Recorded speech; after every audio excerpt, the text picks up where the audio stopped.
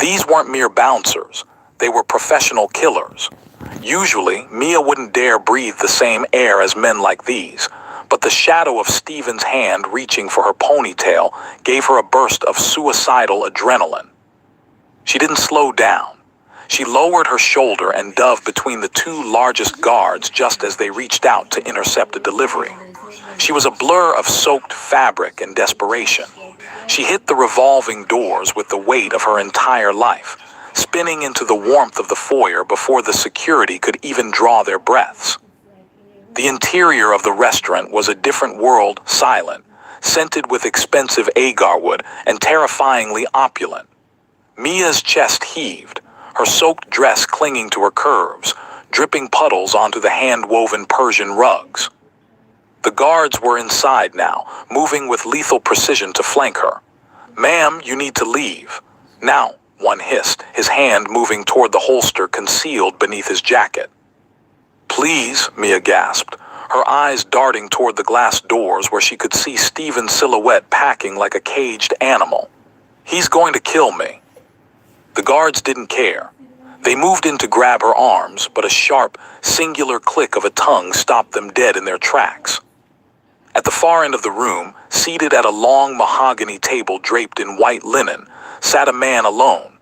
He was draped in a charcoal suit that cost more than Mia's entire education.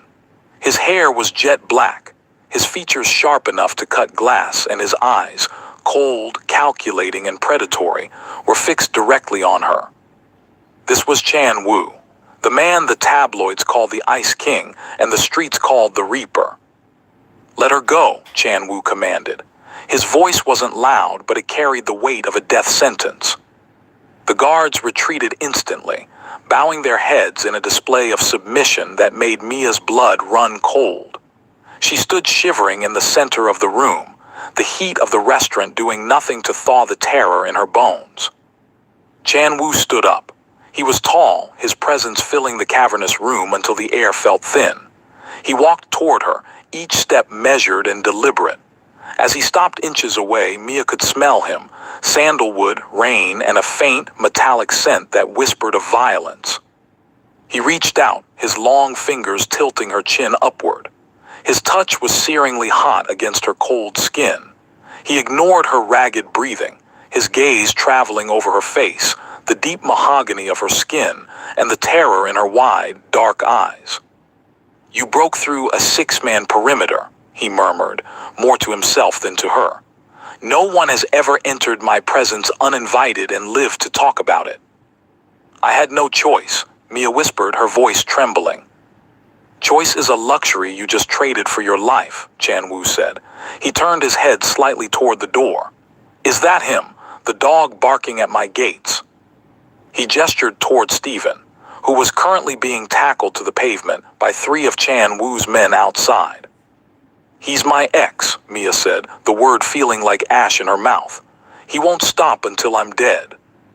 Chan Wu leaned in closer, his lips brushing against the shell of her ear.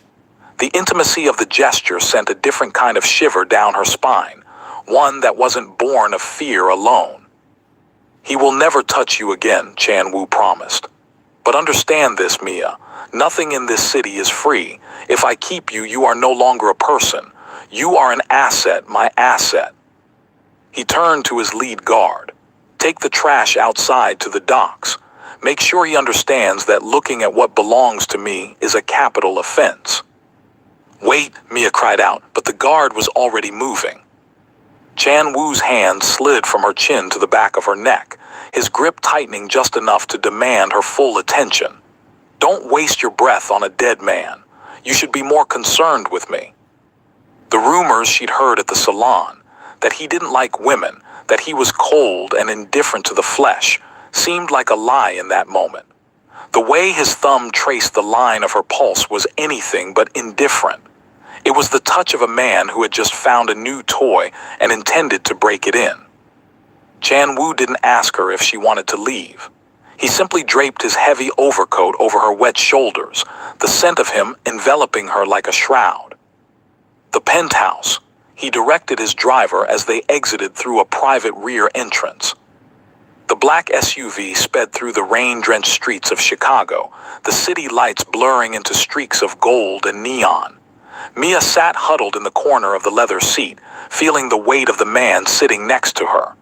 He didn't look at her. He was on his phone, barking orders in Korean, his voice low and guttural.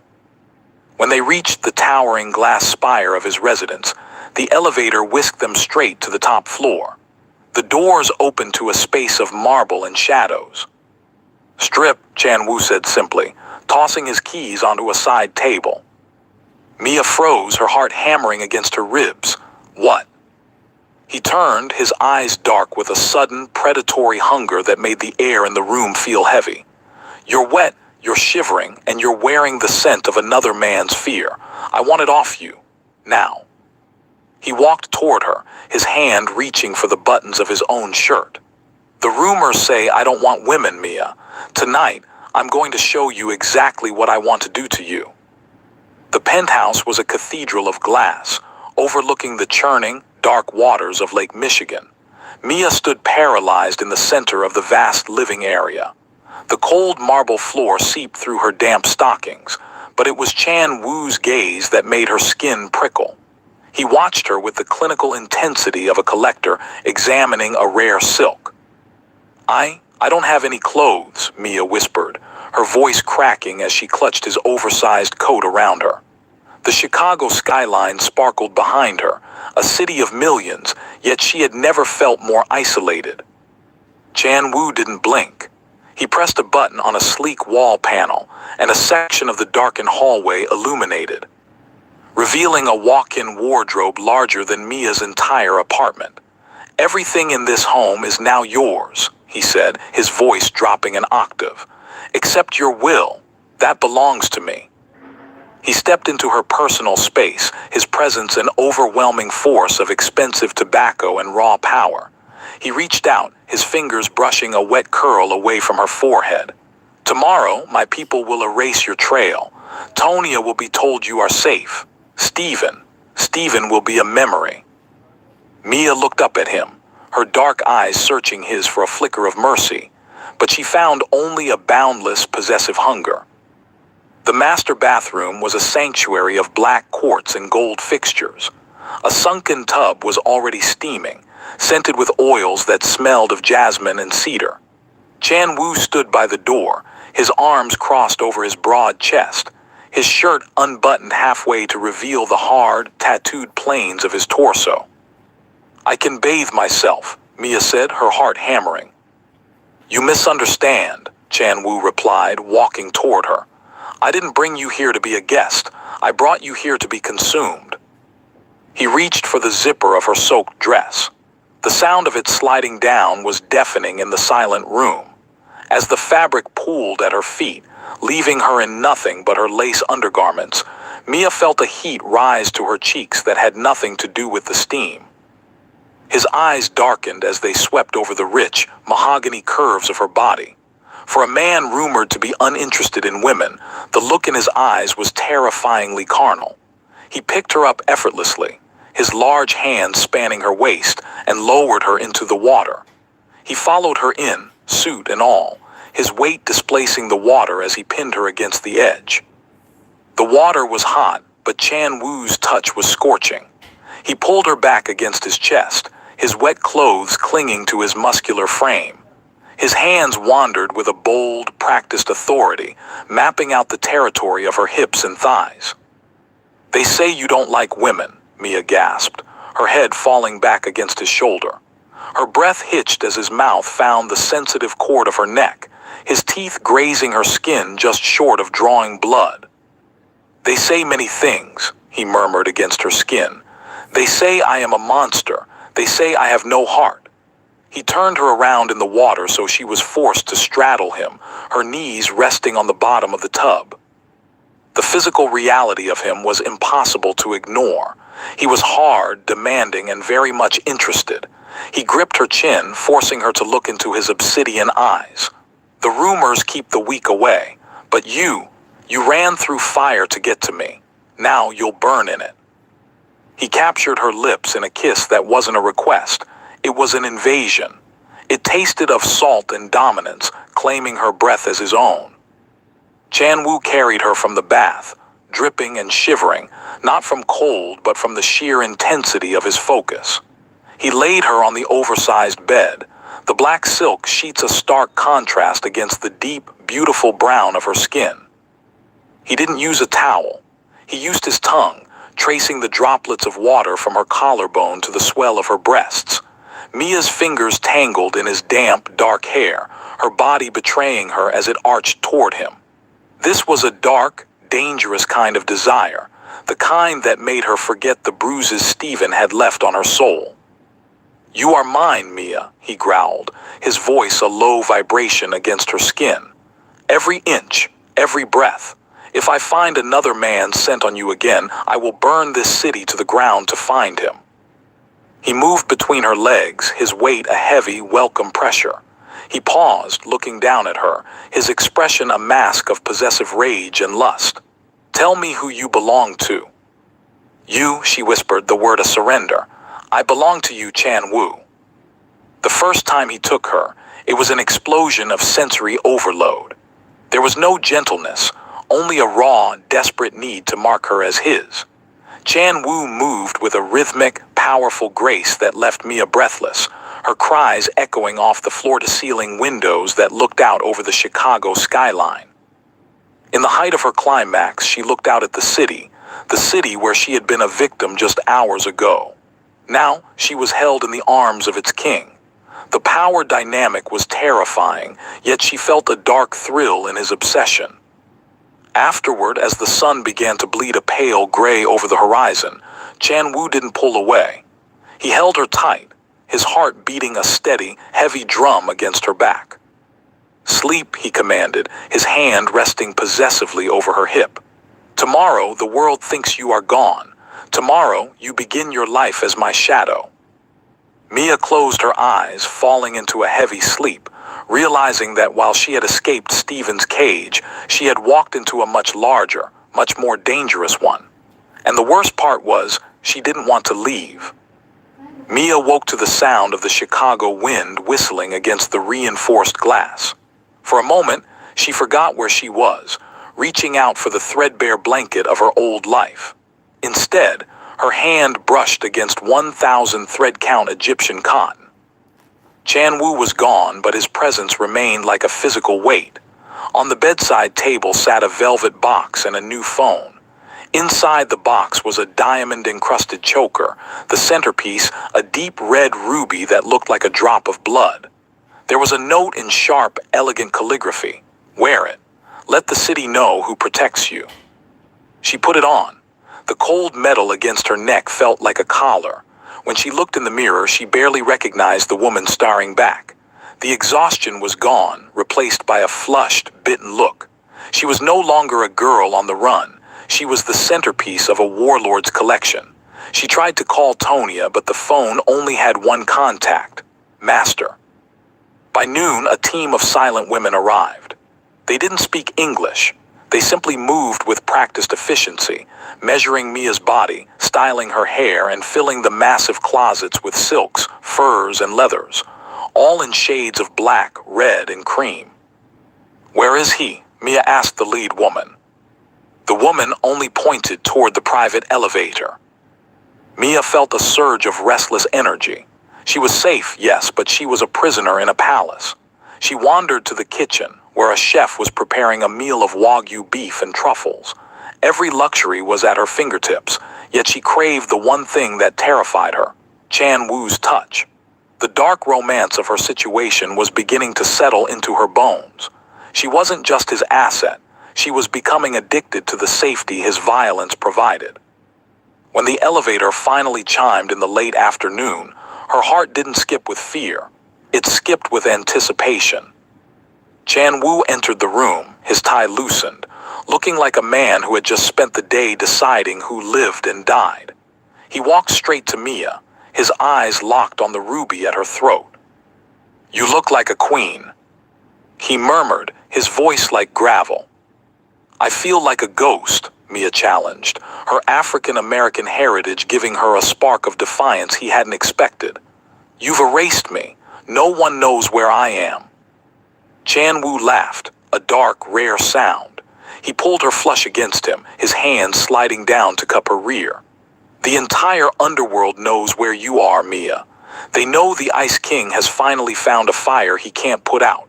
The rumors about my preferences. They died the moment my men saw the marks I left on your neck this morning." He began to unbutton his vest, his eyes never leaving hers. "They thought I was cold because I hadn't found anything worth burning for. Now I have." The dining table was set for a feast, but Chan Wu had no interest in the food. He swept the expensive plates onto the floor with a violent crash of porcelain. He lifted Mia onto the mahogany surface, her silk robe falling open. "Chan Wu, the food," she gasped. "I'm hungry for something else," he growled. This encounter was more intense than the first. He was proving a point, shattering the gay rumors with every heavy thrust, every possessive bite at her shoulder. He worshipped her body with a dark, frantic energy, his hands contrasting beautifully against her dark skin as he pinned her wrists to the wood. The power exchange was absolute. He took her there, amidst the ruins of $1,000 dinner, making her scream his name until her voice was hoarse. In the throes of passion, Mia realized the truth. Chan Wu didn't just want her body. He wanted to consume her soul so entirely that there would be nothing left for anyone else to take. As the adrenaline faded, Chan Wu stayed buried in her, his forehead resting against hers. For the first time, he looked vulnerable, or as vulnerable as a wolf could look. "Steven is still out there," Mia whispered into the silence. Chan Wu's grip tightened on her wrists, his eyes turning back into chips of black ice. "Not for long. He's been talking, telling people I stole what was his. He's trying to rally the smaller gangs in the South Side to cause a distraction while he comes for you." He kissed her, a hard, bruising contact. "He thinks because he had you first, he has a claim. He doesn't understand. In Chicago, I am the law, and you are my heart. Anyone who tries to take my heart dies a slow, agonizing death." He stood up, pulling her with him. "Tonight, we go out. I want the city to see you. I want Steven to see what he's lost before I take his eyes." Chan Wu dressed her in a gown of liquid gold that clung to her curves like a second skin, the metallic fabric a stunning contrast against her mahogany complexion. When they stepped into the lobby of the Opera House, the air seemed to vanish. Every head turned. The whispers were like a swarm of bees, some shocked to see the Ice King with a woman, others terrified by the lethal look in his eyes as he kept a heavy hand on the small of Mia's back. "Keep your head high," Chan Wu commanded, his voice a low vibration near her ear. "You aren't just a woman tonight. You are a warning." Mia felt the weight of 1,000 eyes. She saw the city's elite, politicians, rival bosses, and socialites, all recalibrating their understanding of power in Chicago. Chan Wu wasn't just showing her off. He was declaring a monopoly on her existence. For the first time, Mia didn't feel like a victim. In the shadow of his darkness, she felt like a goddess. The performance was a blur of soaring high notes and dramatic orchestration, but Mia couldn't focus. From the private box, she scanned the darkened theater. In the third row of the balcony, a face caught the light, a face she knew too well. "Steven." He looked haggard, his eyes bloodshot and fixed on her with a manic intensity. He wasn't hiding, he wanted her to see him. He held up a hand, mimicking the shape of a gun, and fired at Chan Wu. Mia's breath hitched, her hand flying to the ruby at her throat. Chan Wu noticed the shift in her heart rate instantly. He didn't follow her gaze, he didn't need to. He simply leaned back, his fingers drumming a slow, rhythmic beat on the velvet armrest. "I see him, Mia. He thinks he's the hunter. He doesn't realize he's walked into a slaughterhouse." The ride back to the penthouse was silent and charged with a terrifying electricity. Chan Wu's possessiveness had shifted from a simmer to a rolling boil. The moment the elevator doors closed, he didn't wait for the penthouse. He slammed Mia against the mirrored wall, his hands tangling in her hair. "You looked at him," Chan Wu hissed, his face inches from hers. "I was afraid," Mia gasped, her body responding to the danger in his voice with a surge of heat. Don't be afraid of him, Chan Wu growled, his mouth descending on hers with a ferocity that tasted of iron and silk. Be afraid of what I'll do to you if you ever look at another man with anything but loathing. He tore the gold fabric of her dress, the sound of rending silk filling the small space. He took her right there between the floors, his movements frantic and demanding, as if he were trying to brand his name into her very DNA. The next morning, the golden cage felt less like a sanctuary. Chan Wu's security team had tripled. Tonya called, her voice frantic on the new encrypted line. Mia, oh my God, Mia. Someone trashed the apartment. They left a message on the wall. Property of Steven. Mia's blood ran cold. Tonya, you need to get out of there. Go to the address I'm sending you. She's already being moved, Chan Wu said, appearing in the doorway, his shirt sleeves rolled up to reveal forearms corded with muscle. I've sent a team to pull her out. Steven has made his move. He's joined forces with a splinter cell from the west side. They think they can hit my supply lines while he sneaks into the tower. He walked to a hidden wall safe and pulled out a sleek black handgun, checking the chamber with a practiced flick of his wrist. He wants a war. I'm going to give him an apocalypse. Chan Wu refused to let Mia out of his sight. He moved his office into the penthouse, transforming the living area into a war room. Mia watched as he directed hits across the city with the cold precision of a grandmaster. But as night fell, the strategist disappeared, replaced by the lover. He drew her to the floor-to-ceiling windows, the city of Chicago spread out like a map of his empire below them. He's coming tonight, Chan Wu whispered, his hands sliding underneath her silk robe to find the heat of her skin. He thinks the shadows are his friend. He doesn't know I own the shadows. He began to pleasure her slowly, his eyes fixed on the horizon where the sirens were beginning to wail. It was a perverse, dark contrast, the violence erupting in the streets of Chicago and the intense, possessive worship he was performing on her body. He wanted her to peek at the exact moment his enemies fell. The silence of the penthouse was shattered by the muffled thud of a flashbang detonating in the private lobby downstairs. Chan Wu didn't flinch. He remained seated in his leather chair, a glass of amber whiskey in one hand and Mia's hand in the other. He's here, Mia whispered, her heart hammering against her ribs like a trapped bird. He is exactly where I want him, Chan Wu replied, his voice chillingly calm. The security monitors flickered, showing Steven and a handful of desperate mercenaries moving through the service corridors. Steven looked feral, his face twisted in a mask of delusional entitlement. He actually thought he could take something back from the Dragon of Chicago. Chan Wu stood up, pulling Mia behind him. He didn't hide her in a closet. He kept her at his side, a silent witness to the price of obsession. The heavy oak doors of the penthouse were kicked open. Steven burst in, a shotgun leveled at the room, his eyes scanning until they landed on Mia. Get away from him, Mia. I'm taking you home. Chan Wu didn't reach for his gun. He simply stepped forward, placing his body between Mia and the barrel of the weapon. The power dynamic in the room shifted instantly. Steven was shaking, his sweat-slicked hands trembling on the trigger. Chan Wu was a statue of ice.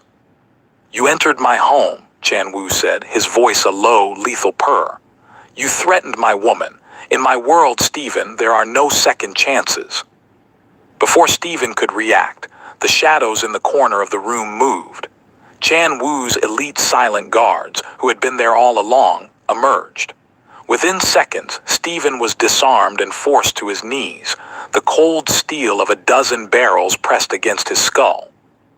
Chan Wu walked over to the kneeling man, his expensive shoes clicking softly on the marble. He looked down at Steven not with hatred, but with utter disgust. Mia, Chan Wu called out without looking back. Come here. Mia stepped forward, her legs shaking. She looked down at the man who had terrified her for years. He looked small. He looked pathetic. He is the source of your nightmares, Chan Wu said, handing Mia his own sleek silver pistol. The weight of it was cold and heavy.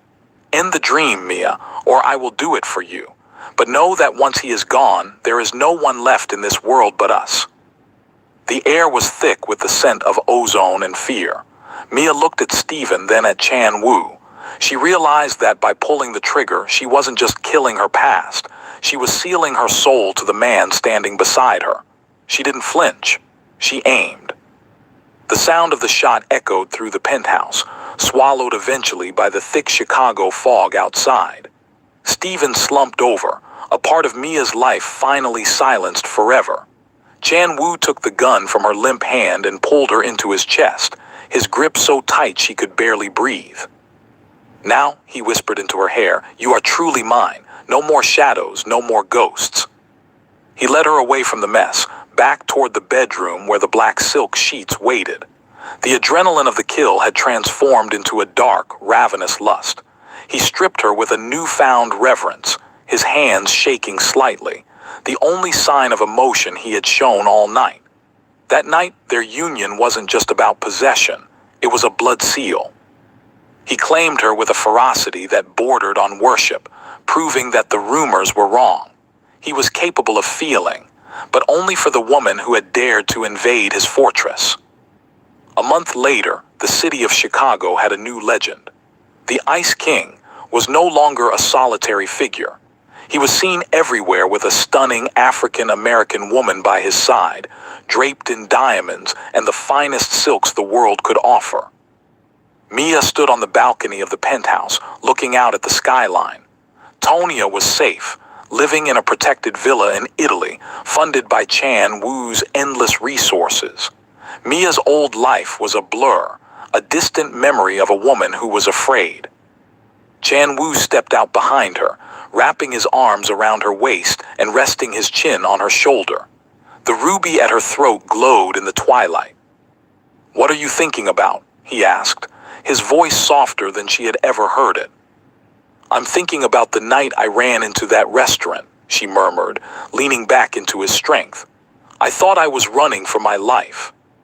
Chan Wu turned her around, his dark eyes burning with an eternal possessive fire. "You weren't running for your life, Mia. You were running to your throne." He kissed her, the taste of Chicago and power on his lips, as the city below them bowed to its king and queen.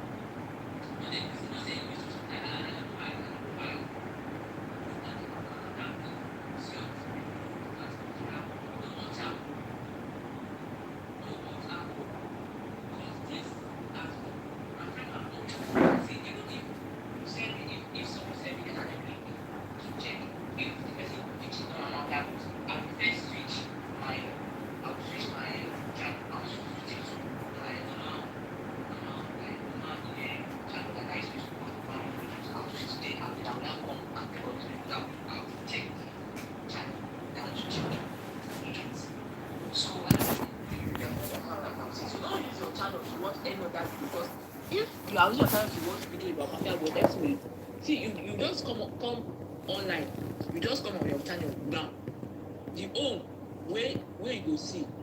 You just suggest a video with like 100,000 views for you. Sure, you go see that kind of video, you look one model. And if you are creativity, sometimes the video won't even be related to my Mafia boss. Like this our niche. Get one video where I do now. The video no this our niche. I change it to match this our niche because I saw the video all this kind of video now story and all. I can't change them to Mafia boss story. You get. So don't use your channel to watch any video that is not related to Mafia boss. If you are doing that, that's stop up. You are hurting your channel more. Don't use your channel to watch anything that is not listening to your Mafia boss nature. Don't use your channel to watch any video that is not listening to the nature you work on. Same thing if you are working on folk tales. Don't use your channel to watch anything that is not folk tales this thing.